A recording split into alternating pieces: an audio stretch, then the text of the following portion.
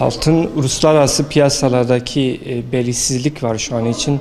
Kripto paralardan bayağı çıkış oldu. Özellikle Türkiye'de biliyorsunuz birkaç kurumun sahiplerinin yurt dışına çıkması nedeniyle insanlarda bir tedirginlik oldu. Paralara dair bir tedirgin oldu. Bu kripto paralardan çıkış olmasını sağladı. Bu nedenle altın talep gördü. Altında olsun, gümüş de olsun. Trend yukarı yönlü, yani güvenli liman pozisyonunu koruyor altını şu an için. 398 has bandına gelmişti. Son yaklaşık 1,5 ayda yaklaşık 100 liralık gibi bir yükseliş söz konusu. Ve bu yükselmenin devam etmesini bekliyoruz.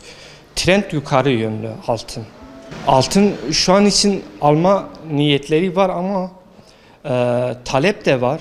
Yalnız özellikle pandemi sürecindeki sıkıntılar, maddi sıkıntılar biraz boy gösterince insanlar bayağı bozuyor yani.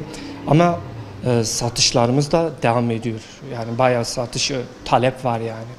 Düğün sezonu için ne yazık ki pandemiden insanlar düğünlerini yapamıyor, erteliyor sürekli.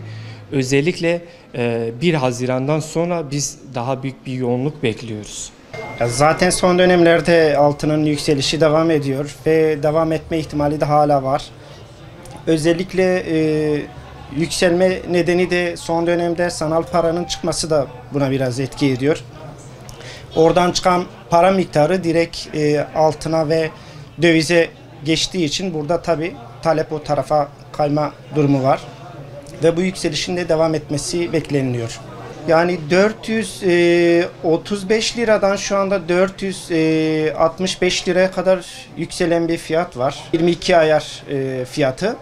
Külçe altında şu anda 500'leri geçme durumu var. Ve beklentiler de 550-60 arası gibi bir fiyat bekleniliyor. Şu anda düğünler için zaten o eski talep yok. Ama alışveriş tabii eskiye göre biraz düşmüş durumda. Bu da tabii fiyatın yüksek olmasından dolayıdır.